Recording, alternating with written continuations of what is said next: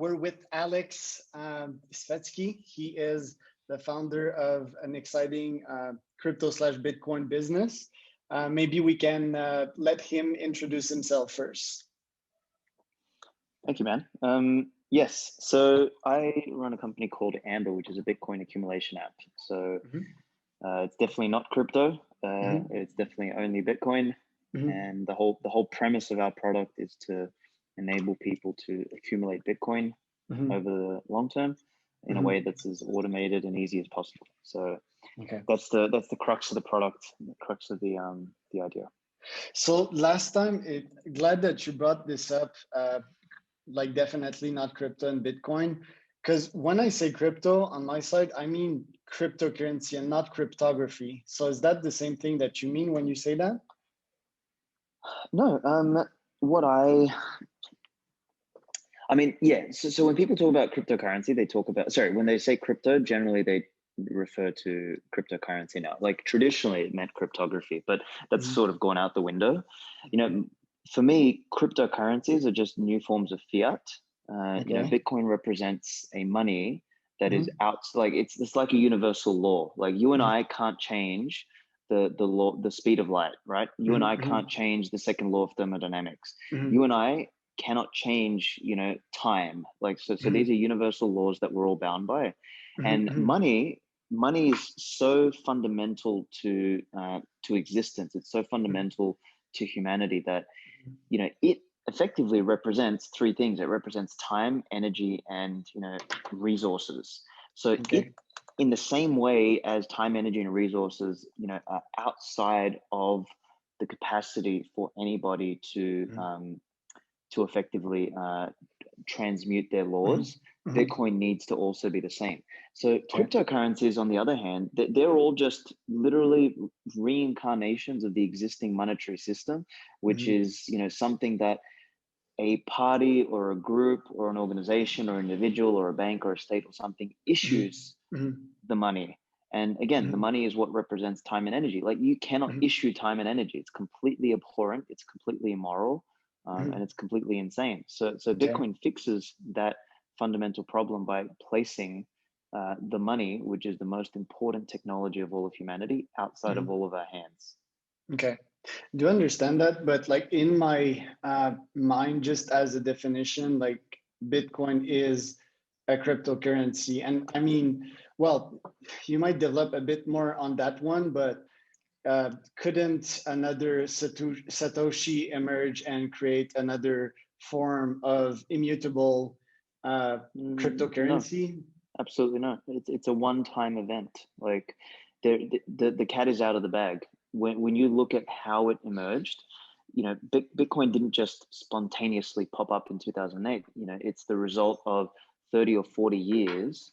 And in fact, it's the result of hundreds of thousands of years of development of money. And, you know, 30, 40 years ago, there was, you know, the original incarnation of the cypherpunk manifesto, which was this idea that we need to have private communications and a money that sits outside of the state. You know, Austrian economists and all that sort of stuff have been talking about this for ages. And, you know, it was attempted, like the 0 to 1 moment happened in 2008 when an anonymous program or group of programmers planted the Bitcoin seed at a time when nobody thought anything like that was possible. It was allowed to then emerge in the marketplace, not with marketing or anything. You know, it happened spontaneously, organically. That's what makes Bitcoin special. And then, you know, it was used in Silk Road. It was used to fund Wikipedia. It was used as an uncensorable payment mechanism. So all of those path-dependent events happened, and what you cannot replicate, you know, you can replicate the code, you can do all of that stuff, that's fine. You can't go back in time and redo those events. That's what makes Bitcoin special. It's not the tech, it's evolution in the real world. You cannot fucking do that again. Anybody who goes and does that again is effectively issuing their own currency. It's too late. I do understand that point. If I can summarize it, you would qualify Bitcoin of just like the invention of paper money, if you want, because I do understand the value of money in terms of time, energy, resources, like you say, but you compare Bitcoin really to a new form of exchange, of value exchange, right? Bitcoin is it even goes so much deeper than that. It's a means via which like energy and time is transmitted between human beings. Mhm. Like it is so fundamentally deep in that sense. Like, you know, like it's the first time we've actually had digital scarcity.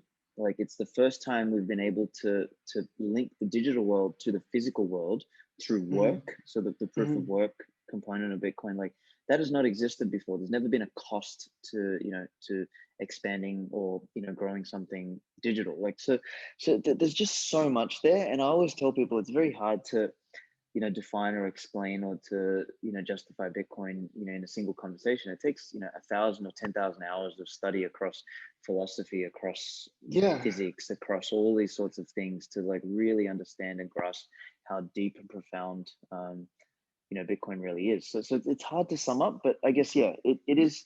Bitcoin is money, and money is the foundation of all of civilization. And if we, we've managed to, you know, have a money here that is rooted directly into the second law of thermodynamics. So, it is incorruptible and it is Mhm. enforced at the level of the individual. And it is Mhm. so widespread now and it's got so much momentum, that it is impossible to not only stop, but it is impossible to Mhm. coerce and manage. That is as close as we're going to get to perfect money. And then Okay. everything else is a distraction.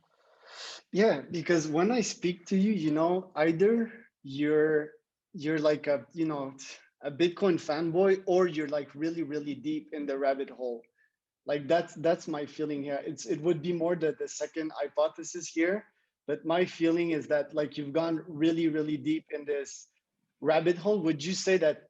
Because when I talk to you, I'm a fairly smart individual. I know crypto. I've invested some of my time in understanding it with bitcoins and all of that, but I feel kind of dumb, when I speak to you about that topic.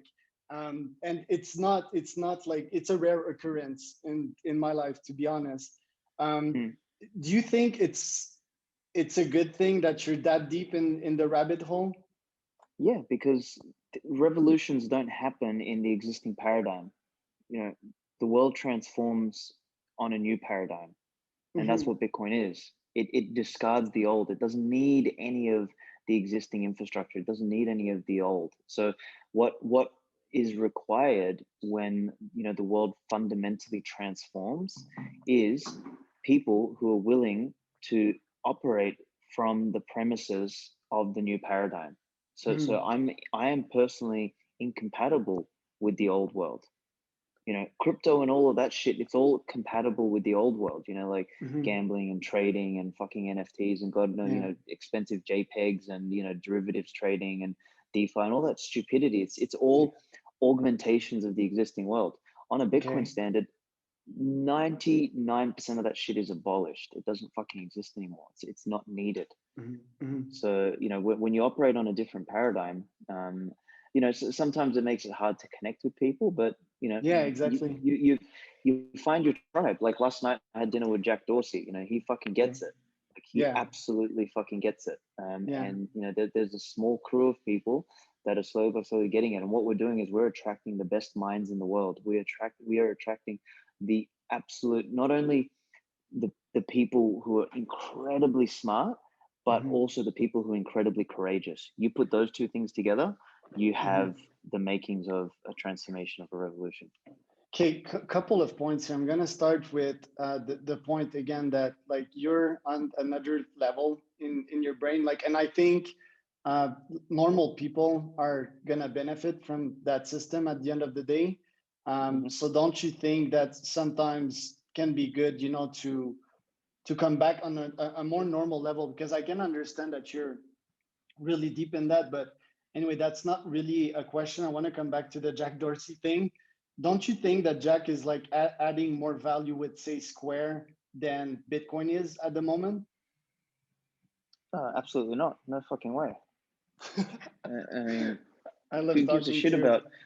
Who gives a shit about like you know making payments, quicker for merchants in America. That doesn't fucking matter. Like, what matters is that there's 4 billion people who, uh, literally are having their time and energy stolen from them because of fucked up money. And then the other 3 billion of us, are being taxed and inflated away. So we're actually being robbed as well. Like, unless we fix the money, all the other fintech bullshit doesn't mean anything. It's like putting lipstick on a pig.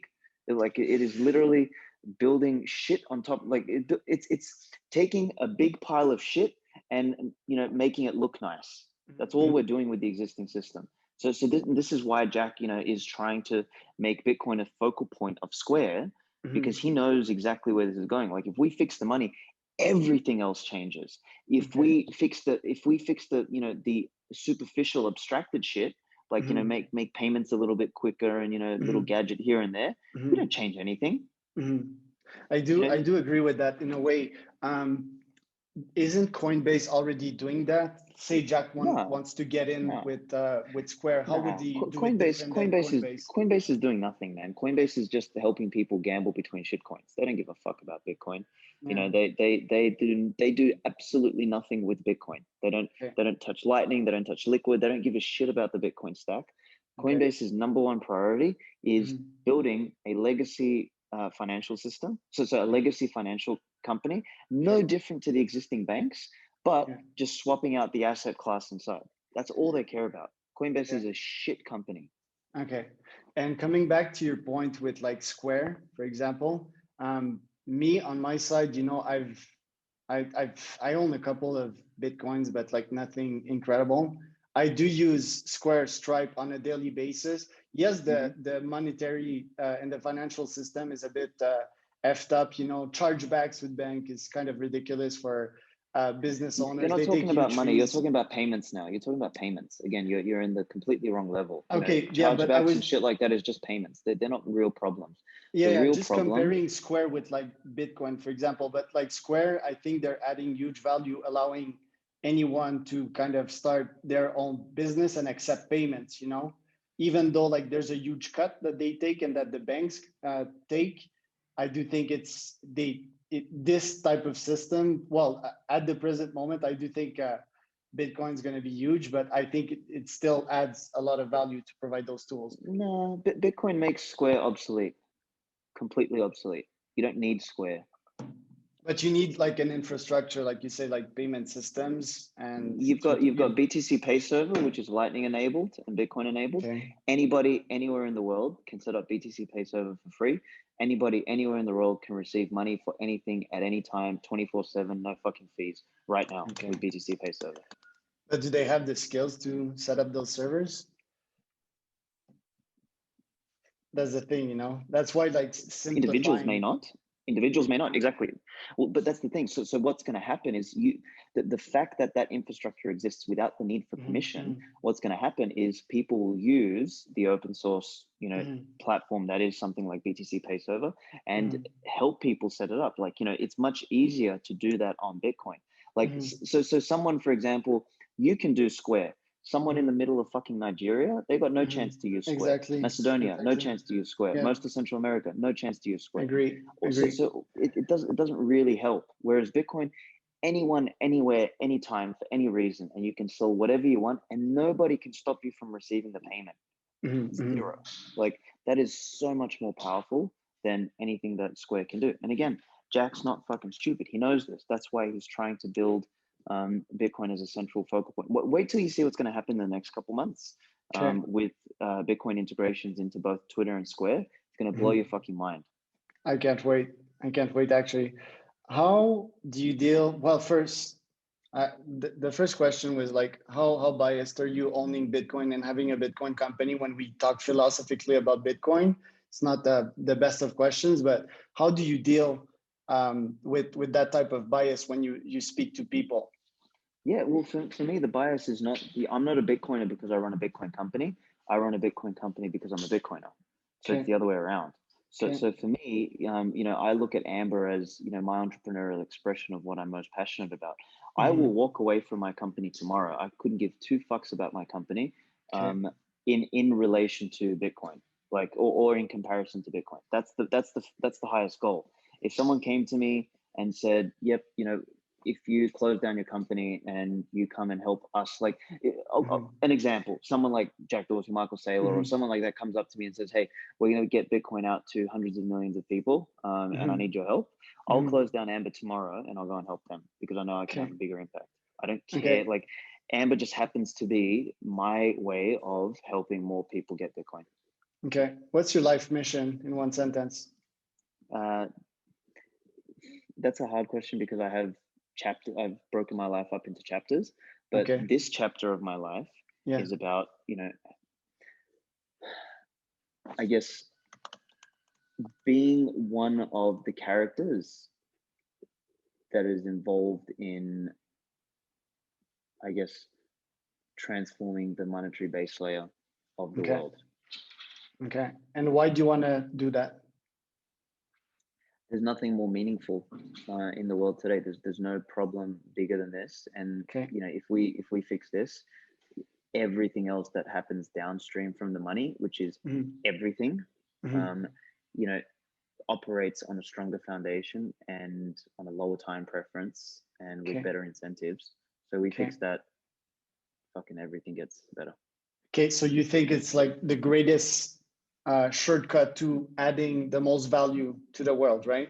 It is the 0.1% that's going to make the 99.9% difference. Okay. Nothing comes close. What led you to that conclusion? Like, have you seen a lot of people struggle because of the shitty current financial system? Yeah, of course. I mean, look what's happened in the last 18 months.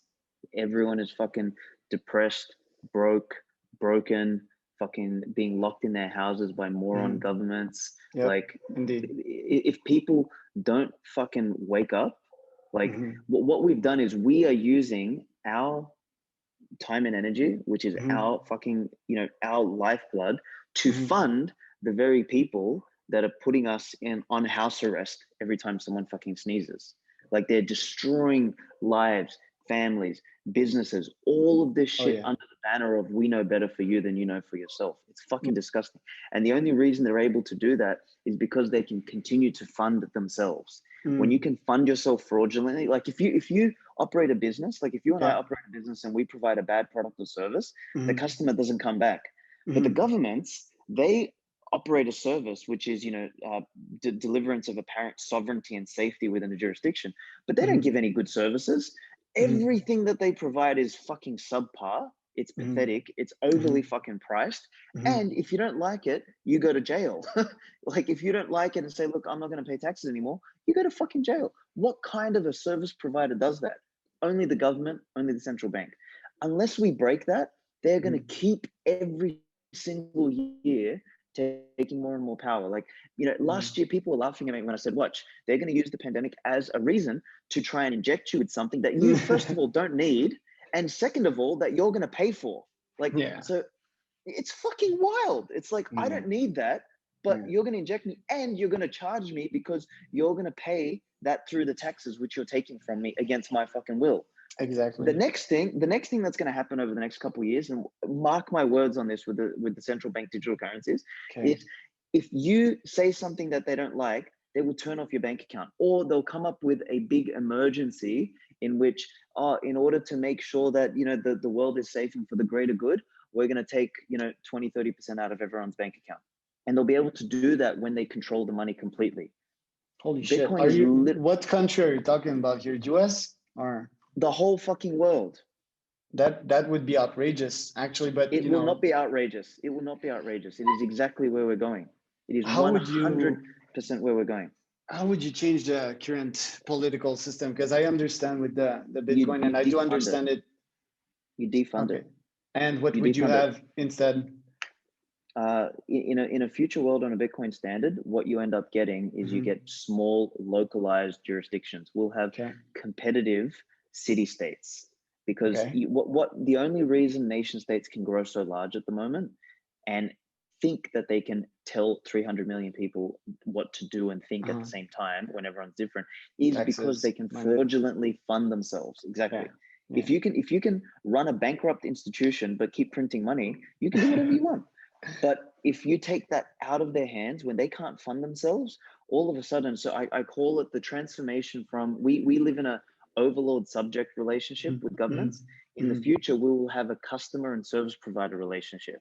When you place governance, when you place leadership against the specter of economic reality, where if you make bad decisions, you go bankrupt, and if you make good decisions, you make a profit, all of a sudden, people start behaving honestly.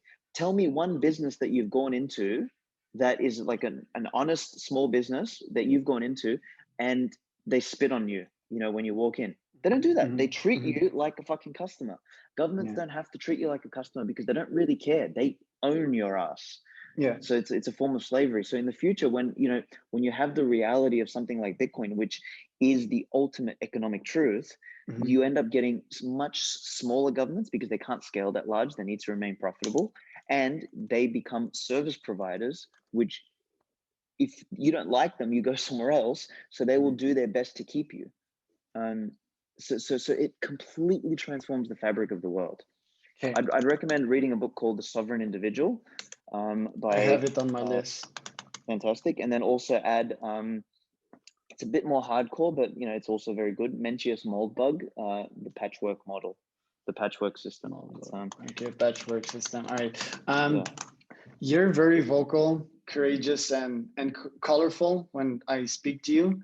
Aren't you like scared of like big and powerful individuals or governments when you're being so vocal? Aren't you scared to being shut down by someone? Yeah, of course, I've been cancelled multiple times already. So the thing is, it is on my mind a lot, and sometimes I wish I stayed anonymous.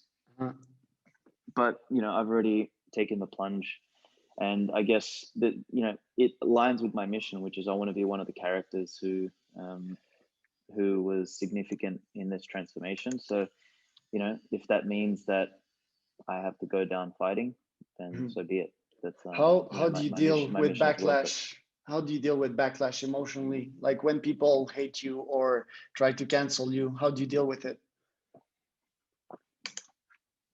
I mean, I don't care. I don't even. It's sort of like how does an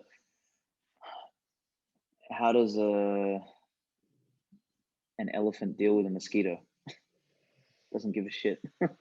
Yeah, it doesn't give a shit until it becomes like 100 mosquitoes and it fucking itches him everywhere.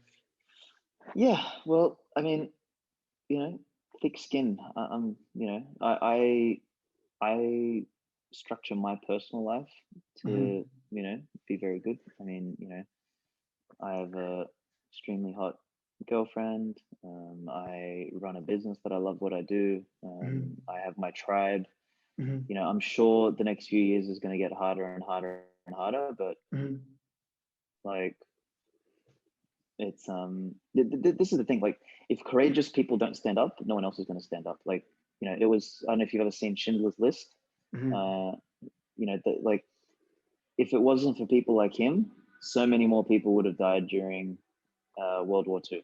So it's they're the kind of things that, like, even just talking about it brings chills to my spine. It's like that's the kind of person that I admire and that I want to be, and that's something like I'm willing to die for something like that, as opposed to being a pathetic worm that just wants to live in fear. Like it's just not a way to live, man. So it's my choice, I guess.